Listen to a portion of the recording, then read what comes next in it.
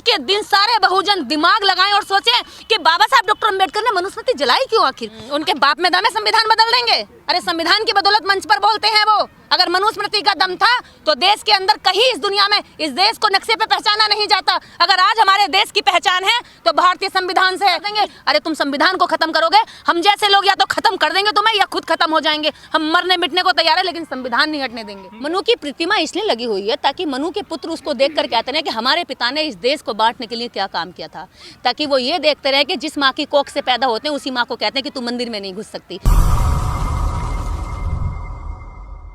ये बहुत अच्छा किया कि ऐसी किताब को जला दिया जो देश को बांटने का काम करती है, इंसानों को बांटने का काम करती है, महिलाओं को पैर की जूती कहती है।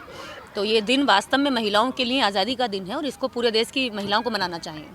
लेकिन देश में अभी भी ऐसी घटना हो जाती है, महिलाओं को लेकर या दलितों को लेकर उनको अत्याचार सहन करना पड़ता है। मनुस्मृति नहीं है जबकि देश में आज देखिए, मनुस्मृति एक किताब थी जिससे भारत का व्यवस्था इस देश में संविधान से पहले चलती थी। इस देश में मुगल आए, उन्होंने अपना हिसाब चलाया, उसके बाद फिर अंग्रेज आए।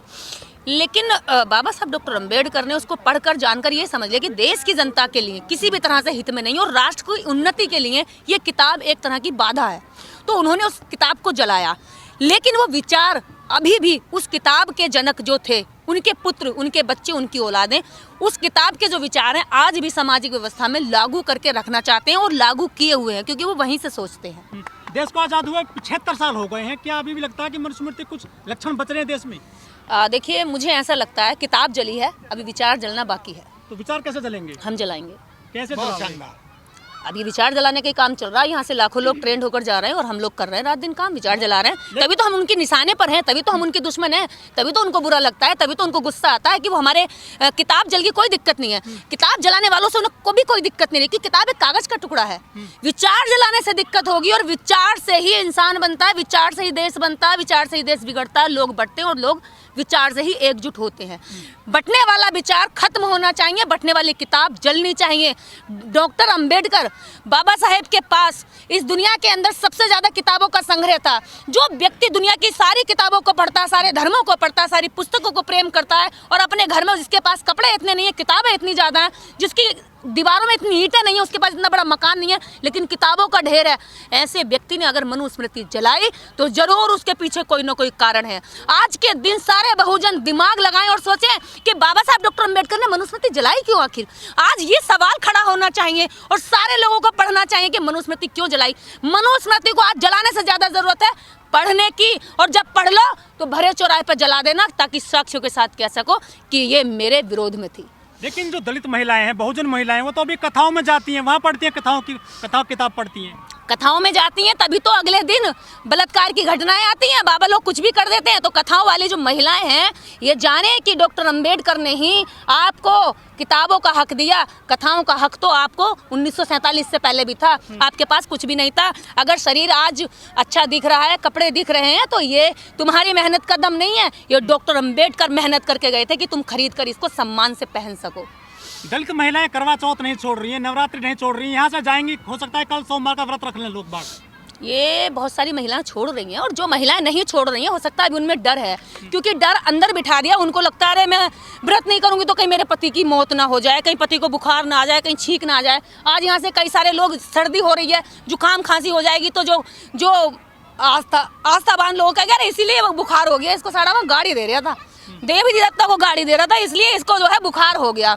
लेकिन वो ये नहीं कहेगा जो गाली नहीं दे रहा था उससे भी ज्यादा वो बीमार हॉस्पिटल में पड़े हुए हैं। तो ये जो डर है, ये डर निकालो।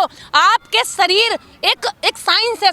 शरीर में अगर सर्दी लगेगी तो बीमार होगे, गर्मी लगेगी तो बीमार होगे, बैलेंस बिगड़ेगा तो बीमार होगे। इसमें देवता का कोई हाथ नहीं, इसमें देवी का कोई हाथ नहीं, इसमें भगवान का कोई योगदान नहीं, किसी देवी देवता का एक शरीर पर कोई रोल नहीं है। ये साइंस है और साइंस से पूरी दुनिया चलती है।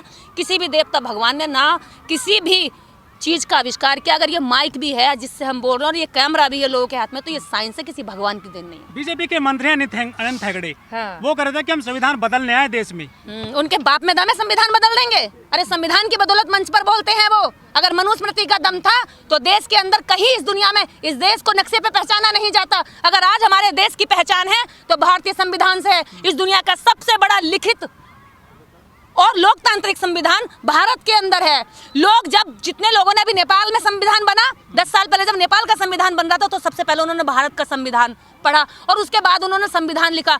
ऐसा संविधान लिखा डॉक्टर अंबेडकर ने कि आज तक वो 75 वर्षों बाद भी इतना लोकप्रिय है कि विश्व के लोग इनको पढ़ रहे हैं और इससे सीख ले रहे हैं। तो ये इनको शर्म आनी चाहिए, जिस थाली में खाते हैं उसी में छेद करते हैं। संविधान की बदौलत खड़े होकर मंचों पर बोलते हैं।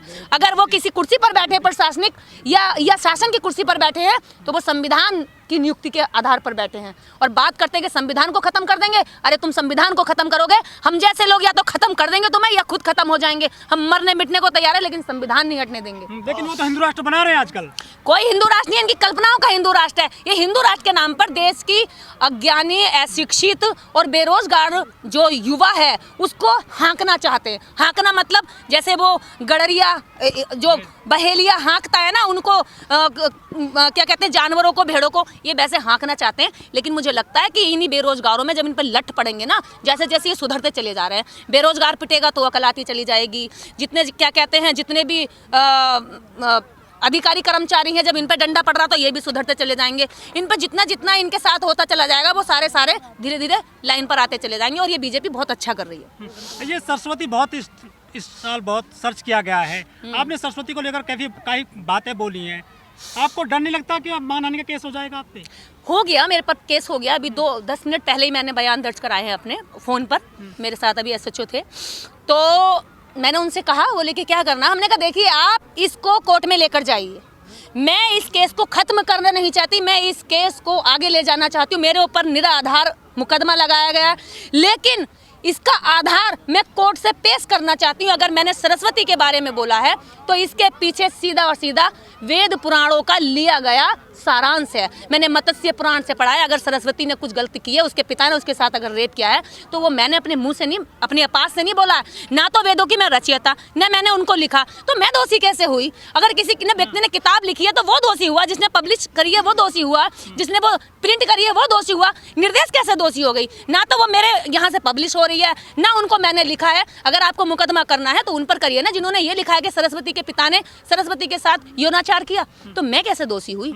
ये मैं कोर्ट में जाकर साक्ष्य पेश करूंगी और इसके जरिए बहुजन महापुरुषों का दबा हुआ जो इतिहास है, जो सावित्रीबाई फुले का शिक्षा के क्षेत्र में बहुत बड़ा योगदान था। इस विश्व में ऐसी महिला हुई जिसने अपना सब कुछ न्यौछावर कर दिया इस देश के बच्चों को पढ़ाने के लिए। उनका जो इतिहास है, जो उनका त्याग है, जो बलिदान है, वो इस मुकदमे के जरिए ऊपर उठ कर आएगा। मुझे खुशी है कि मैं सावित्री की बेटी, सावित्री के इतिहास को और उसके काम को, उसके त्याग को दुनिया के सामने लाने के लिए आगे आई हूँ। मनुस्मृति को जला दिया गया था बाबा साहब के द्वारा 25 दिसंबर 1927 को, लेकिन राजस्थान की हाई कोर्ट में मनु की प्रतिमा लगी हुई है। मनु की प्रतिमा इसलिए लगी हुई है ताकि मनु के पुत्र उसको देखकर कहते हैं कि हमारे पिता ने इस देश को बांटने के लिए क्या काम किया था, ताकि वो ये देखते रहे कि जिस माँ की कोख से पैदा होते हैं उसी माँ को कहते हैं कि तू मंदिर में नहीं घुस सकती। अरे पुरुष अपनी जमीन बताता है, ये मेरी धरती है, मेरी जमीन है। अरे तू तो खुद महिला नाम की कोख से उसकी जमीन में रह करके 9 माह फिर निकल कर आता, फिर कहता कि महिला पैर की जूती है, महिला जो है ताड़न की अधिकारी है, महिला जो है नीच है, अछूत है, मंदिर में नहीं आ सकती, महिला मंदिर की पुजारी नहीं बन सकती। कौन से धर्म ने महिला को पुजारी बनाया? कौन से धर्म ने महिला को पादरी बनाया? कौन से धर्म ने? देवदासी तो बनाई जा रही है साउथ में। करोड़ों की तादाद में देश के अंदर देवदासियां रही हैं। आज भी 4.5 लाख देवदासियां इस भारत के अंदर है और मंदिरों के अंदर हैं। और देवदासियां कौन बनती हैं? 9 साल की, 12 साल की, 14 साल की बच्चियां। वो बच्चियां जिनके अंगों को अभी ये लोग भेड़िए की तरह नोचते हैं मंदिरों के अंदर। तो क्या ये देवदासियां जितनी भी बना रहे हैं, क्या ये तब इनके धर्म ग्रंथ नहीं कहते इनको कि भाई तुम इन बच्चों का शोषण क्यों कर रहे हो? तो ये इसीलिए इनको बेटियां आराम से मिल जाएं, इनको खाने आराम से मिल जाए, दान मिल जाए, दक्षिणा मिल जाए, लोगों का काम करा हुआ मिल जाए, घर में बैठे हुए धुले हुए कपड़े मिल जाएं, दूसरों की औरतें मिल जाएं। तो ये ऐसी व्यवस्था को इसलिए चाहते हैं, इसलिए मनु को पूछते हैं, क्योंकि मनु ने इनके लिए एक अधिकार रखा था, बेटा तुम करोगे कुछ नहीं, खाओगे सब कुछ।